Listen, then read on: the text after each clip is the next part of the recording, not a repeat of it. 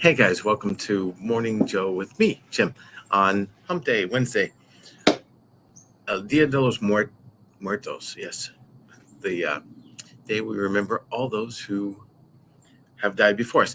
So, wanted to talk today about two quick things. Well, one is that it's Fed Day, also Dia de los Muertos, kind of fitting in one sense. Um, so the Fed is expected to raise short-term rates by 3/4 of a point today. Some people think it'll only be a half. I probably suspect it'll be 3/4, but they'll also hint at pausing pretty shortly, pausing this rate increase pretty shortly, maybe first of next year. That's my guess. We'll see. But remember, short-term rates are not mortgage rates.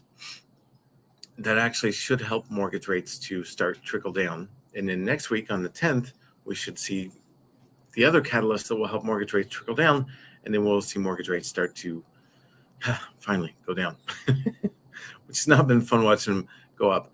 So that brings up my other point, which is yesterday we had a mastermind call, and with a bunch of real estate agents. One in particular was the guest, if you will, talking about it because he's very successful, does a lot of business, and owns 22 rental properties. And his thing, talking to the other realtors on there, that's just who the call was for, right?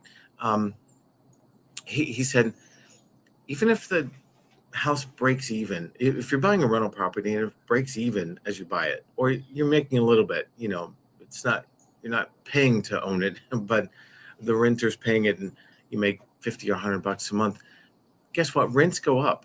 So buy it anyway, because in a few years' time, it makes a difference. So I wanted to talk about, well, what about your own house? Should you buy it anyway, or wait? And so I did this. I said, what if you bought now at $400,000 purchase price with just 5% down, right? We could do 3.5. Well, you know what?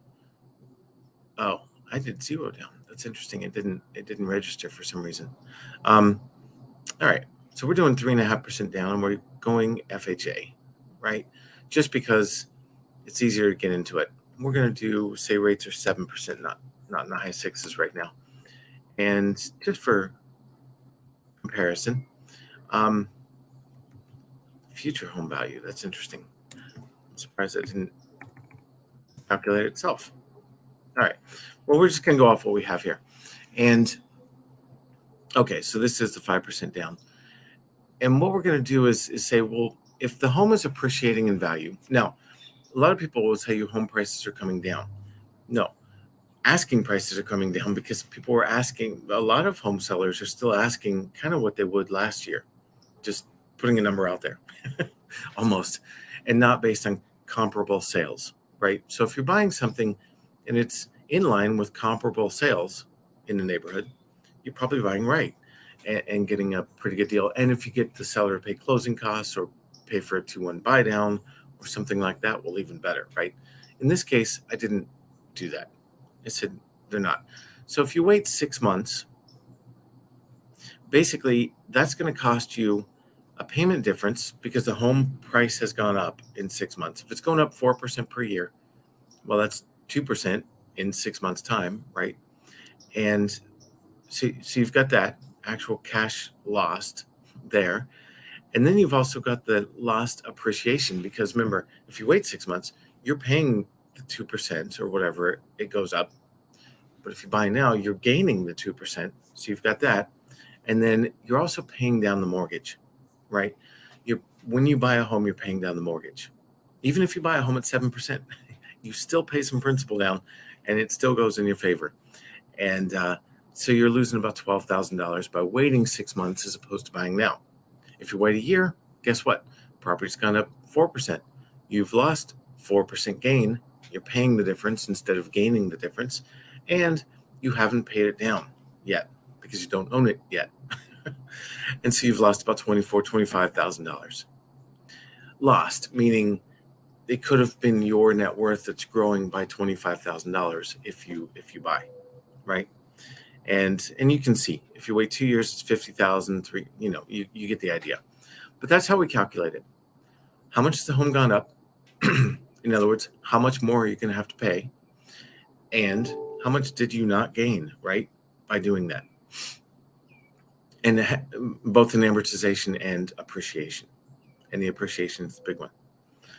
And then when you are in the home, I just said rates are likely coming down this week or next. They're going to start their trend downward again. Well, in a year or 6 months or 18 months or something like that, you refinance from the 7% down to somewhere close to 5% is my guess, is where we'll end up, and save even more and gain even more.